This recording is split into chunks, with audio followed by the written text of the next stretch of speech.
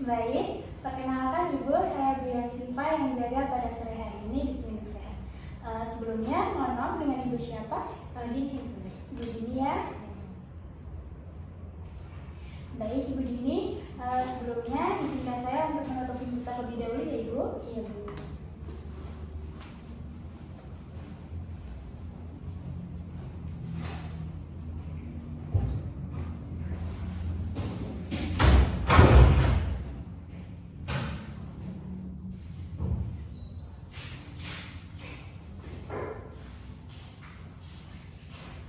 Baik Ibu Dini, ada yang bisa saya bantu?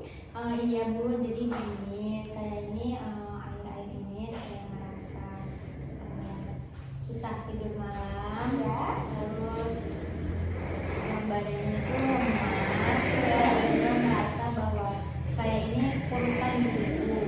Ya, kenapa ya? Jadi Ibu ini keluhannya susah tidur, badannya lemas, terus merasa agak kurusan gitu. Baik. Untuk ini saya akan melakukan pengkajian sedikit mengenai pola makan Ibu ya. Oh ya, kalau gitu bagaimana dengan pola makan Ibu sehari-hari? Teratur Ibu. Teratur ya Ibu. Sehari itu berapa kali Ibu? 3 kali. 3 kali ya Ibu. Porsinya itu dalam porsi sedikit apa banyak Ibu? Akhir-akhir ini sedikit Ibu. Sedikit ya Ibu. Terus bagaimana dengan lauk, nasi dan sayurannya Ibu? Kalau sayuran saya memang tidak suka sayuran. Tidak suka sayuran ya Ibu. Baik. Ibu tidak suka sayuran. Terus minumnya Ibu? Minumnya biasa Ibu. Biasa ya. Kira-kira dalam sehari itu berapa gelas Ibu? 8 gelas sih. 8 gelas ya. Sudah cukup baik. Frekuensi buang air kecil sama buang air besarnya Ibu? Kalau buang air besar sudah jarang. Jarang ya. Untuk buang air kecil? Buang air kecil biasa Ibu sehari 4 kali. Biasa ya, sehari 4 kali. Baik, kalau gitu di sini Ibu kan tidak suka sayur dan porsi makan Ibu juga sedikit kan. Dan mohon maaf Ibu sebelumnya, usia kehamilan Ibu berapa minggu Ibu? Sudah 29 minggu. 29 minggu ya Ibu. Baik.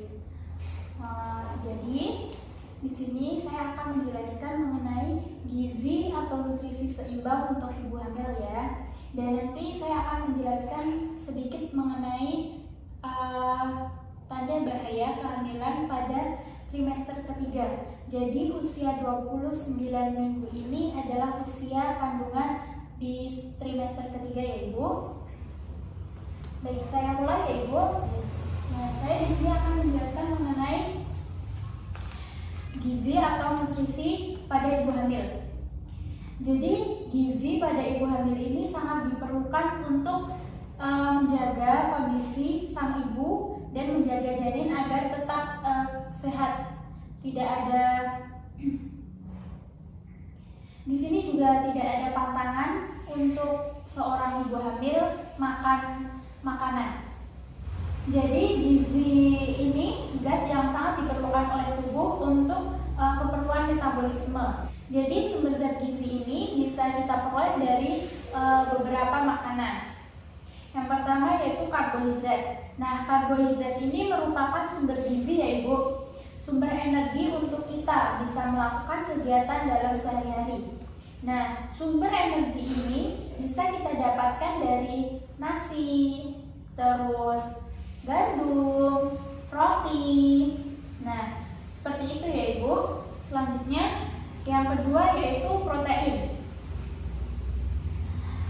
Protein ini sangat membantu untuk tumbuh kembang janin ibu. Nah, protein ini juga bisa kita dapatkan dari ayam, telur, tahu, tempe, seperti itu. Jadi kita dalam makan sehari kita bisa ganti-ganti lauk. Nah, yang ketiga ada lemak. Nah, lemak ini bisa menjadi sumber omega 3 dan 6 untuk perkembangan mata dan otak. Nah, lemak ini bisa kita dapatkan dari kacang-kacangan atau ikan laut. Mohon maaf sebelumnya, apa Ibu suka dengan ikan laut? Suka ya Ibu? Nah, bisa dimakan itu ya Ibu. Nah, selanjutnya yang keempat ada vitamin dan mineral. Nah, di dalam vitamin dan mineral ini kita bisa dapatkan yang pertama yaitu asam folat. Nah, asam folat ini berguna sebagai pembentukan sel saraf dan mencegah kelainan janin. Sumber asam folat ini bisa kita dapatkan dari sayuran hijau, terus beras merah, dan buah-buahan seperti itu ya Ibu. Nah, selanjutnya yaitu kalsium. Kalsium ini berguna untuk pembentukan tulang dan batang gigi. Nah, sumber ini bisa kita dapatkan dari susu, biji-bijian seperti itu ya Ibu. Nah, kalsium ini bisa mencegah pengkeroposan gigi ya Ibu. Oke. Nah, yang selanjutnya yaitu iat besi. Iat besi ini bisa membantu kita untuk pembentukan darah, mencegah anemia. Jadi kita sebagai ibu hamil, kita tidak boleh sel darah merahnya kurang dari normal atau yang sering kita sebut yaitu anemia. Nah, normalnya HB untuk ibu hamil itu yaitu lebih dari sama dengan 11 ddl. Itu ya Ibu. Sumber zat besi ini bisa kita dapatkan dari daging, kuning telur, sayur-sayuran hijau seperti bayam, seperti itu. Nah, selanjutnya yaitu air. Ibu hamil sangat dianjurkan untuk minum air putih agar ibu hamil tidak dehidrasi. Nah, dalam minum air putih ini, ibu hamil dianjurkan minum 8-10 gelas. Nah, tadi sudah saya sebutkan sumber-sumber energi atau sumber-sumber gizi yang bisa ibu hamil dapatkan.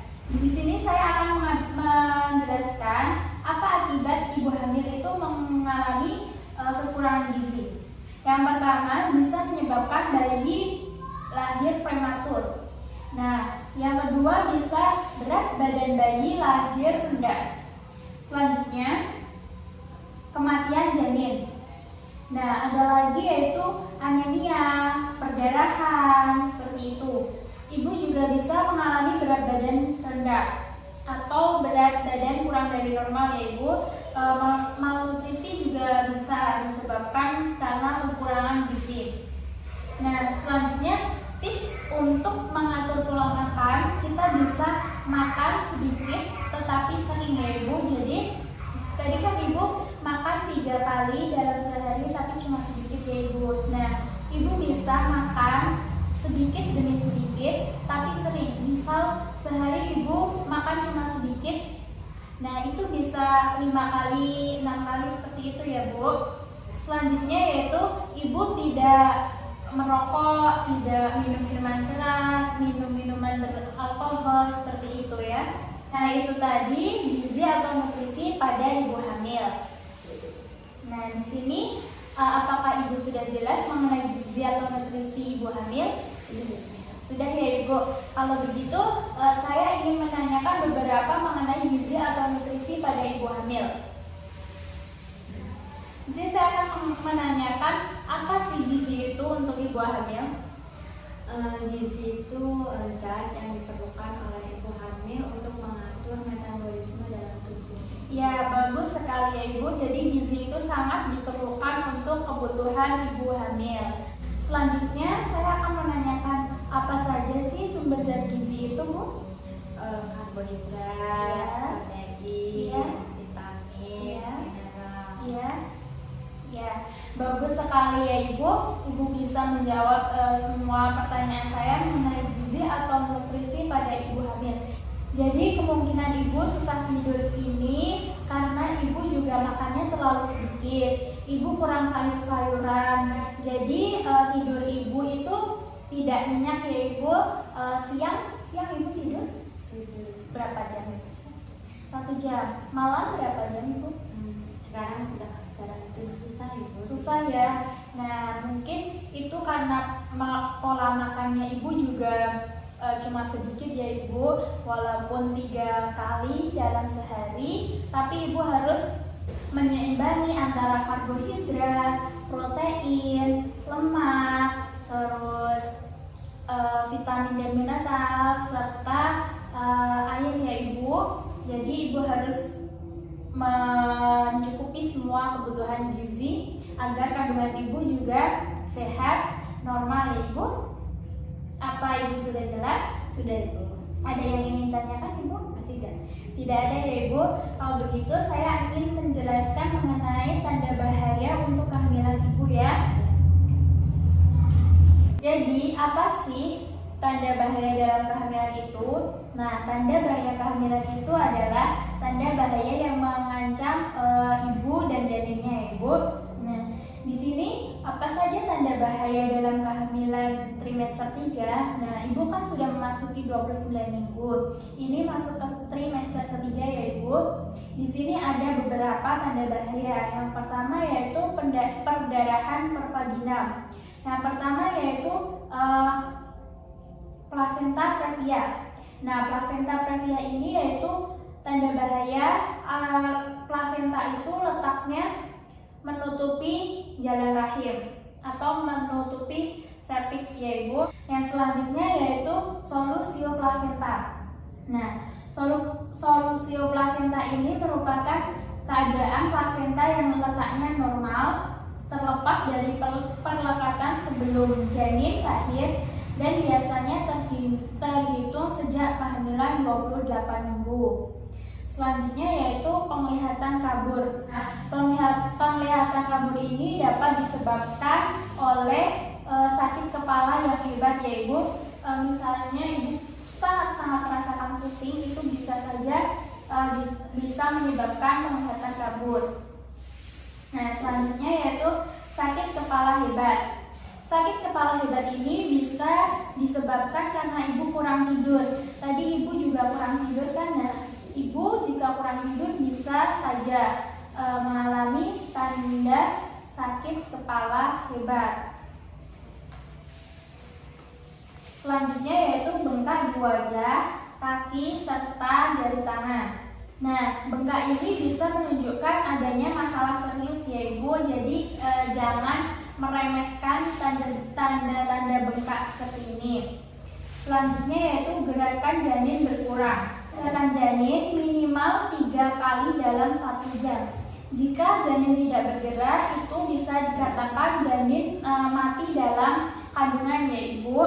Selanjutnya yaitu ketuban pecah dini atau KPD.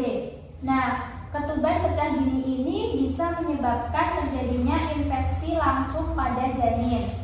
Jadi Ibu harus benar-benar menjaga kandungan Ibu. Selanjutnya yaitu kejang.